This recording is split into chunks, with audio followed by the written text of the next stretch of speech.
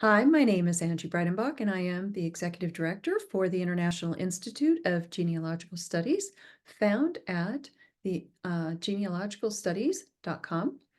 And today we are going to do a chat. It is interactive if you like to, on visiting Pearl Harbor. I learned so much while I was there recently, and I felt like there was a lot of things that were new and changed that maybe other people weren't aware of, or if they hadn't gone, that it might be helpful. So I also felt like there was a lot of really important information for learning genealogical tips and travel tips. So I'm going to share my screen. I have a little slideshow to share. Feel free to ask questions. If I know the answer, I will tell you. I am not a World War II history expert, but having just been there, I'm hoping that I might be able to answer. If not, I will get you the answer. And where you can learn more about Pearl Harbor is our World War II courses, the American World War II courses. There are World War I and World War II covered in those. But in addition to that, we have Canadian military courses, and we have Australian military courses, and we have an updated coming very soon British military course. And all of those would be very helpful with World War II history, finding your ancestors that might have fought in any of the wars prior to what we are today's date, and helping you to find those for your genealogical studies and fill out the information and the social information around that as well. Because learning the stories are one thing, but memorizing battles, dates, things like that, that's not as fascinating as finding out about not only the heroes of those stories, but the cautionary tales and the society around those things that occurred. So let's go visit Pearl Harbor. I visited Pearl Harbor recently. It is in Oahu, and it is just outside of Honolulu. The beaches there are wonderful, and it's a great place to visit. I had never been to Honolulu in my life, though I'd been to Hawaii about 5 times over the period of my life. I had not ever had the chance to do Pearl Harbor. And when I mentioned that to my husband, he was gung-ho, and off we went. What we started to do was a little bit of research ahead of time, finding out the military history, finding out that it was more of a sacred cemetery, and that there were some really necessary travel tips. So we're going to go through some of those while we also share some of the stories that we learned there. When we visited Pearl Harbor, it was really important that we found out to go to Recreation.gov. There were a lot of people that we encountered inside the memorials and the park of Pearl Harbor that did not even know to go to Recreation.gov. And there was an entire family that had come and wanted to go out to the Arizona on the boat that they take you out on, but they had no idea that they needed to get tickets or stand in a really, really long waiting line. And you can see here the Arizona Memorial Standby Check-in. A couple things that happened with us was that we were able to get online and find out in advance that we needed tickets. The problem was we didn't know the exact dates we were going to go because we were going with another group of people, but they weren't going here. So until we were able to get the actual dates, if you start at 56 days out, they open up advance tickets. Those advance tickets cost you $1 for the boat trip. It's not because you're paying for a ticket for the boat trip, but that you're getting a reservation for a time and a place in line. That's really important because if you're not there before 9 o'clock in the morning, and by the way, it opens about 7 a.m. If you're not there by 9 a.m., from that point on, the line is about 300 people that are waiting, that are on standby. Now, the nice thing that they do is the park rangers that are there take your cell phone, and when you have cleared the standby, they'll call you. But if you haven't cleared the standby well before lunchtime, you're not going to go that day. And that's what happened to one of the families that we were in a movie with. There's a gorgeous movie that you can go to that really shares the experiences of what happened that day at Pearl Harbor. And while we were walking in the line, the mom and dad said, "Hey, we're gonna go on the boat next." And they happened to be standing by a ranger, and they said, "Do you have reservations or are you on our standby list?" And they said, "Well, no, we thought we could just go." And the answer was not at all, because at that point it was already 3 in the afternoon and they were never going to make it through that list. So at 3 in the afternoon every day, the next day's tickets open up in case you didn't get them 2 months prior. The great thing about that is that everybody tries really fast to get all of the tickets. And if you're smart about it, here's my tip: you keep trying for the next hour.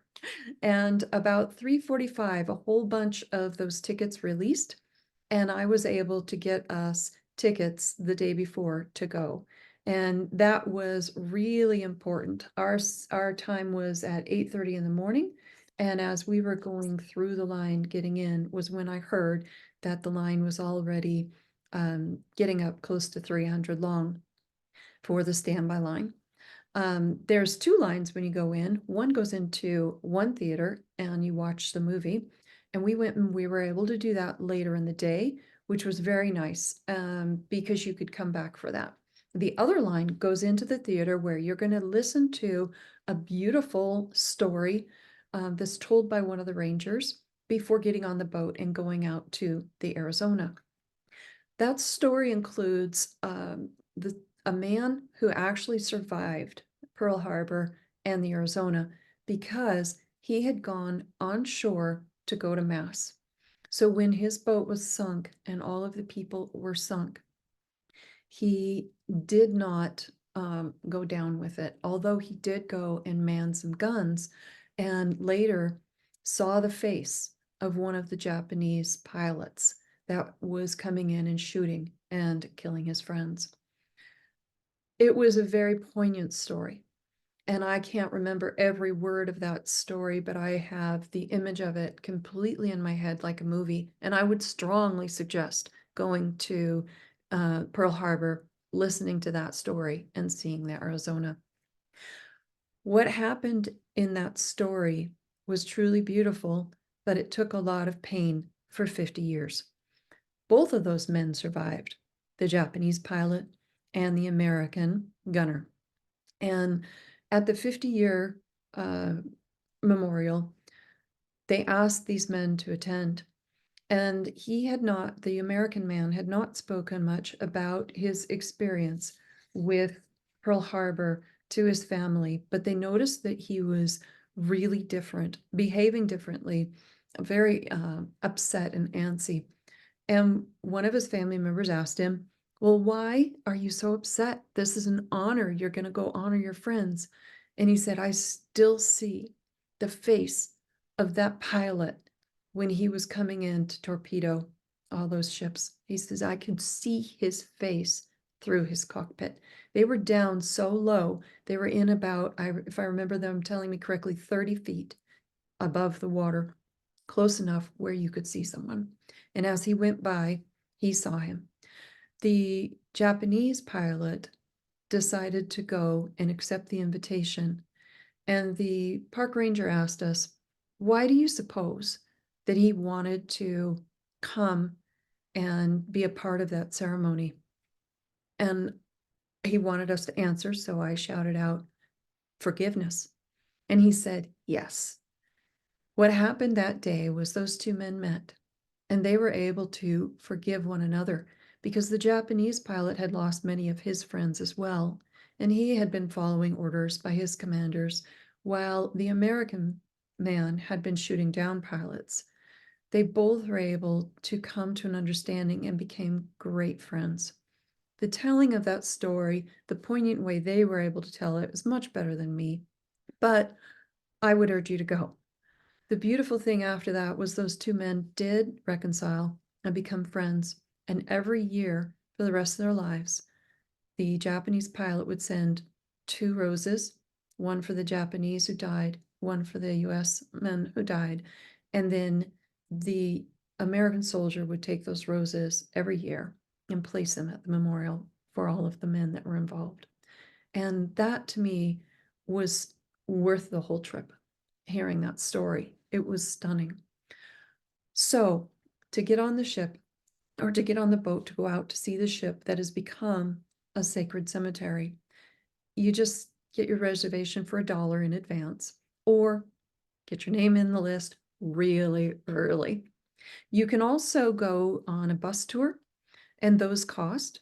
You can go on a multimedia tour, and the line that you're seeing here in this picture is to purchase tickets for the multimedia tour. That's all additional cost if you want to do it. You don't have to. My husband and I did not. We walked around, read the plaques ourselves, talked together ourselves, and talked with other people that were there. And it was quite an amazing experience. But if you have more time, you could do some of these other things. So the add-on options you can do, they have a virtual experience where you can wear those virtual masks and actually feel like you're part of the experiences. And they have 2 or 3 of them for you to choose. And they cost around $20, $22 for you to experience. Children get it at a lower cost. I think that's a valuable thing to do, but for us, it also could trigger motion sickness, so to be aware of that. There is the submarine tour, the Missouri tour, the Ford Island tour. There were a lot of other ships that went down besides the Arizona, and a lot of times people think that's the only reason for going. So it's really important that you're aware of what's all there at the park. And Recreation.gov, and then you put in Pearl Harbor tours, will give you a really good overview. When you're planning your visit, you want to plan, they say 2 hours for each thing. What you don't realize is how many different museums and displays there are. If we had gone on to the Missouri and Fort Island and the Submarine Museum, we really needed to plan the entire day. We had planned half a day because they told us 2 hours, and we know we like to take more time than that. And we definitely spent more time than we had allotted. So make sure you give yourself plenty of time. Many of these displays are emotionally impactful, and you want to honor that and honor those people when you're standing there. So I think it's important for you to be aware of that. We chose to do rideshare, and we used Lyft. There's Uber, there's other, I'm sure, companies that you can do. It cost us about $36 to $40 each way. That for us was not a bad thing because we were able to go directly from the hotel we were staying at out there, and to walk into the park and experience the museums and all that is completely free. We had our ticket to go on the boat trip. We went out and spent our time there as well. But I think it's important to determine what your budget is ahead of time, the amount of time you have to spend, because as you go in, you can spend upwards of $100 to $200 if you want to see everything, which shocked me because I thought it was all free. When I got there and found out that the Missouri and the submarine tours were privately owned, and so therefore they're not something that is free to attend. I really wasn't aware, even though I had been all over the sites. I thought it was just some tour company that was, gouging. It wasn't. It was a private event and memorial that had been set up, and they needed to keep the lights on. So some of those costs were a lot more than I expected. And to be able to do all of them, you were looking at probably around $80, $90. And another thing to take into account is that food while you're there is in the park itself. There's only a little shop where you can get maybe some ice cream pops or a sandwich. If you're gluten-free or have other allergies, that's not really taken into account. So it's very difficult, but you cannot take in bags. There were people that could take a clear bag. You could put like your camera and your wallet in a clear bag, but you're not allowed to take backpacks, things like that. So you have to either put them in a locker or leave them behind somewhere. Those things were important to be aware of ahead of time. Another thing important to be aware of ahead of time is that you are out in the sun a lot. So you're going to want to have sunscreen, sun hat. It's smart to wear light clothes that are covering your skin because you're out there for hours looking at these incredible outdoor museums and memorials. So be aware of that. Some of the surprises, what to see and learn. There's a World War I and Homefront Museum, and what life was like living not only in Oahu, and in Hawaii, but also in the United States, in Japan. That surprised me. I didn't expect so much information on the rest of the world. I thought this was more dedicated to US war history, so I was very surprised by that, and very pleasantly so. But we saw pictures of the real people. We saw the beginnings and how we ended up in these different battles, starting with the War of the Words. And there's the two different museums that are indoor, the World War I and Homefront Museum and World War II Museum. In the World War II Museum, this one also shocked me. I had never seen this photo before. This is a photo of the mass graves that they had to do, and they were done mass graves on the beach. And then after after there was time to process everything that had happened, then they were able to send these bodies back home if they knew who they were. One of the courses that we have, I would say certificates, I'm sorry, that we have is the DNA and genetic genealogy. And one of our students actually graduated working in being able to repatriate the bodies of fallen World War II soldiers. And that is what she does for a job. So a lot of these soldiers, once they are identified, whether they're here on our home soil or whether they are in another country, our job is to then find their families or their remaining ancestor or the remaining descendants of those ancestors and return their bodies or allow them to choose where those fallen soldiers will lie for the remainder of time. This one was on Kaneohe Beach. I'm not sure I'm saying that right. And I can only imagine the trauma of these men who are burying our soldiers. And that was a surprise to me. In the World War II Museum, I loved that there were real people being remembered. Pat Campbell grew up and got married. She was there. She was a little girl, 10 years old, and she was there. And they had the Battle of Music on December 6th, right beforehand, where she won a jitterbug contest. So she not only survived as that attack, but grew up and was married. And she has come back to celebrate those people who went before and to remember Pearl Harbor. So it's really neat to see some of the stories of the real people that were living at that time and imagine the trauma a little 10-year-old girl might have felt during that experience. They also honor the civilians. And I want to bring out that not only did they honor the civilians, this young lady that you see in the center, she worked with the Navy civilian employees in the war effort. She was only 17 years old.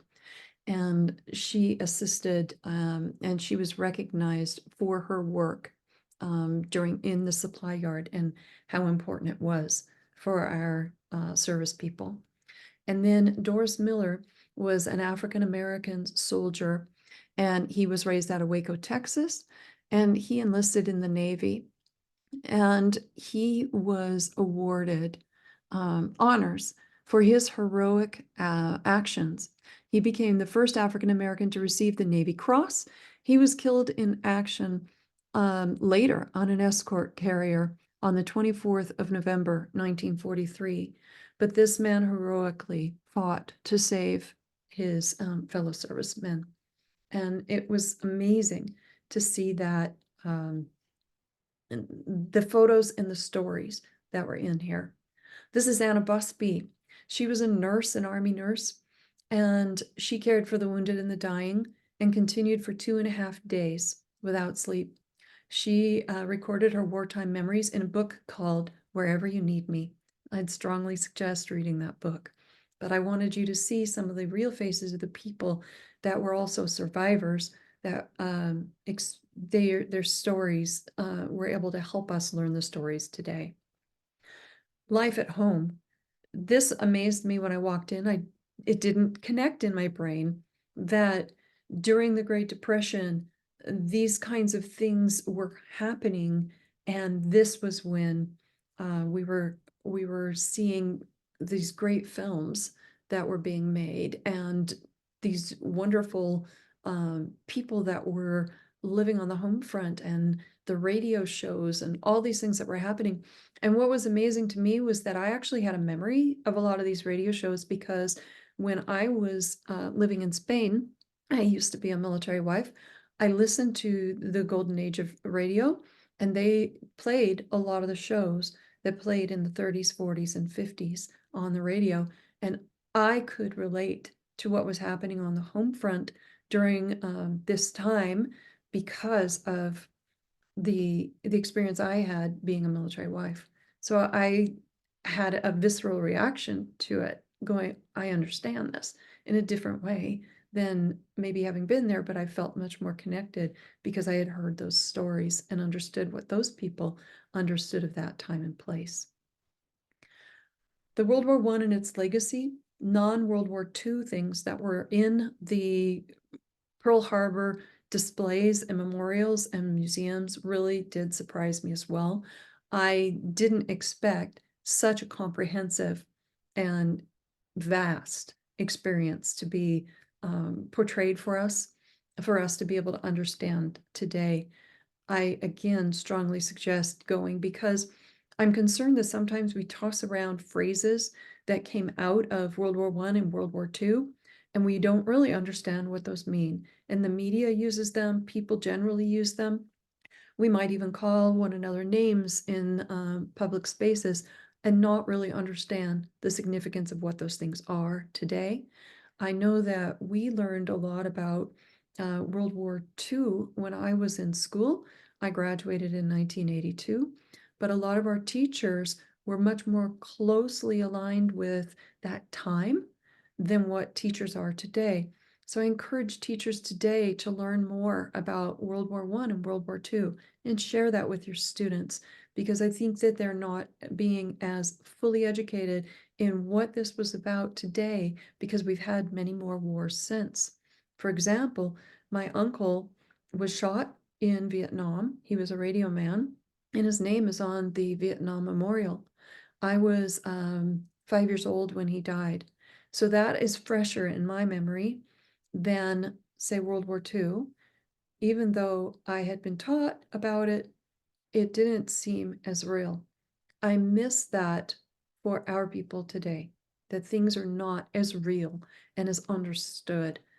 This is a powerful thing to understand about history and about people, because it will repeat.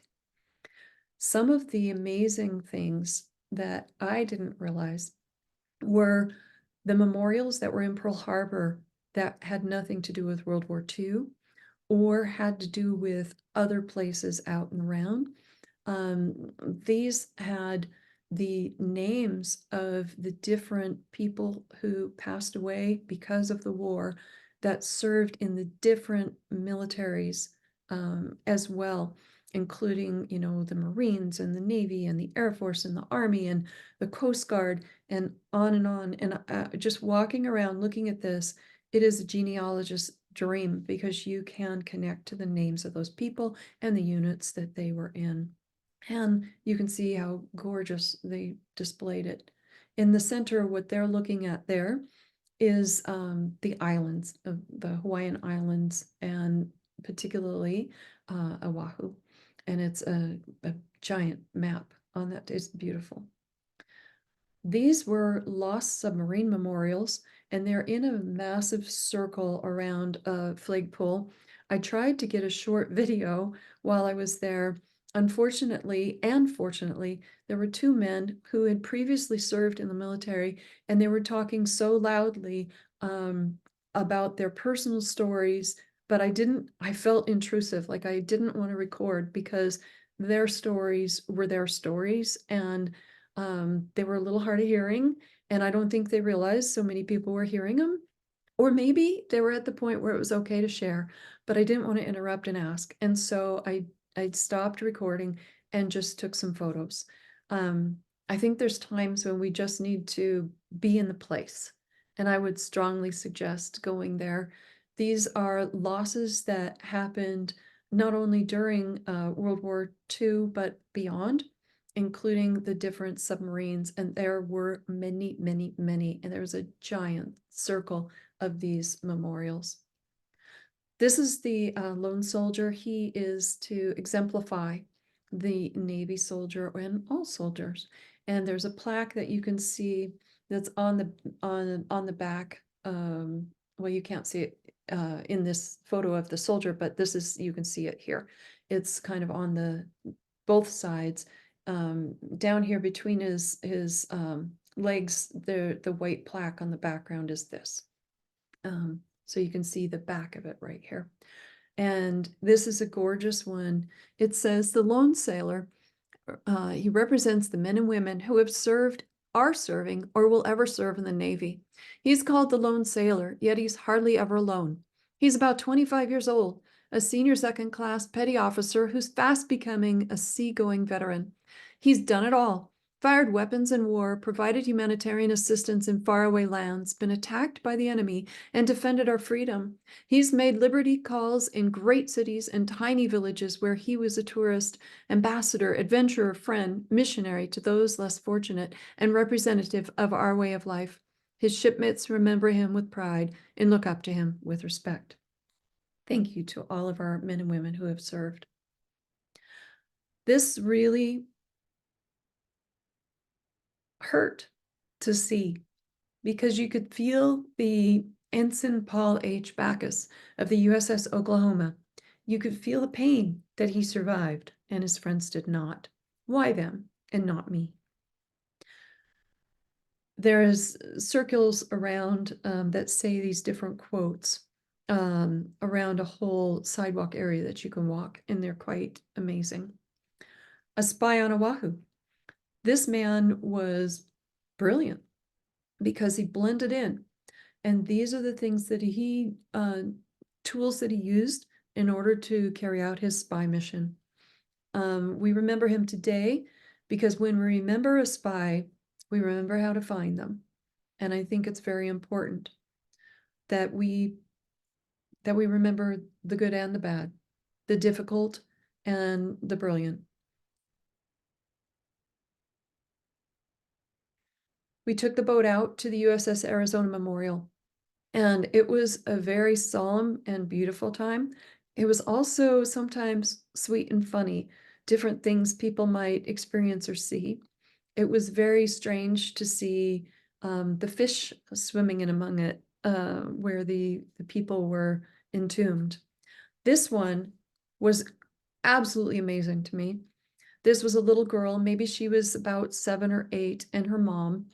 And I have the kind of a phone where you can record it live without actually recording. I don't want to do that here because I feel like it's important to preserve people's privacy. But this mom was teaching and helping her daughter read out loud what this plaque said. And it was so precious to watch a mom teaching her child, because we preserve the stories of our people by teaching our children. Dedicated to the eternal memory of our gallant shipmates in the USS Arizona who gave their lives in action, 7 December 1941. From today on, the USS Arizona will again fly our country's flag just as proudly as she did on the morning of 7 December 1941. I am sure the Arizona's crew will know and appreciate that we are doing what we are doing. And this was said by Admiral Bradford, and he said, "May God make his face to shine upon them and grant them peace." This little girl was reading this plaque, looking at her mommy, asking her, "What's that mean, mommy?" And it was beautiful. This is the wall where the names of those that are entombed who died during the Pearl Harbor attack. But I didn't realize, I thought they had just carried these names down, but these are benches of the people that are still being buried there today. The last person buried was in 2021. So again, as a cemetery, you can track your military ancestors here. What they do, these people throughout their lives carried the pain of feeling like they should have gone down with their ships and their shipmates. And they were then allowed to be entombed in the sacred site. So they're cremated, and special divers that are trained for this take the remains down into the ship. And I thought that was amazing to watch. Um, we didn't get to see one, and I wouldn't have expected to, but to see that this was a possibility for people was stunning. This is the new submarine museum, and you can kind of see it from the side as you're coming back and forth with the boat that's taking you to the USS Arizona. In order to get there, there's a little gateway you have to walk through, and you do have to pay a fee. This is the only place in the Pearl Harbor Park where there's actually food besides the little shopette. And they have food trucks over there. So if you are going to go visit, you might plan it to do Pearl Harbor and the boat and the museums first, and then go over into the submarine museum for maybe a late lunch uh, or early dinner, however you want to do that. But that is, you can walk through and see the bunks. You see everything as it was fully restored. Oh, I'm going to stop share for a moment and make sure that I have given you everything that you need on this. Yeah, that's the slideshow. There were a few things I wanted to share as well, that while we were over there, we found out that there was a Hawaiian English tea room. So if you wanted to go to Pearl Harbor, here's some more tips. You might then book um, over in that same area in Chinatown. There's the tea house, and it's called Tea at 1024. What was beautiful for me with that was that I had the opportunity to get gluten-free food, and it was very good, and it was very affordable for what they serve you, and it is in a very tiny little shop in Chinatown. So something like that would enhance your experience to be able to have a nice meal. But they are only open usually from 10 a.m. and the last seating is at 2 p.m. So if you're going to go to Pearl Harbor and do that in the same day, you're going to want the last seating. So that's important to know. The other thing that I found special about that area, besides Pearl Harbor, which was massively impactful for us, was there is the Bishop's Museum in that same area. And I would never do them in the same day. We found that we needed more time at Pearl Harbor. We'd like to go back and take some of the other tours, but the Bishop's Museum, you need an entire day for that yourself. I'd love to do another talk for you on that one. There is a ton of genealogical ancestry there for people of Hawaiian descent and also of the Pacific region. So I think it's really important that we be aware of that museum. In addition, it has a lot of information about Hawaii becoming a state and the things that happened to the people when that occurred. And they go through the Hawaiian royalty and the way that things went down. And I'm not here to judge, but I feel like it would be an important thing to understand about how Hawaii became a state and what happened to those people. So thank you so much for being with me, for letting me talk to you a little bit about this. And if you have any questions or anything, I'm opening it up to chat and enjoy each other's company. And if there are no questions, then I'll stop the recording. Any thoughts from anyone?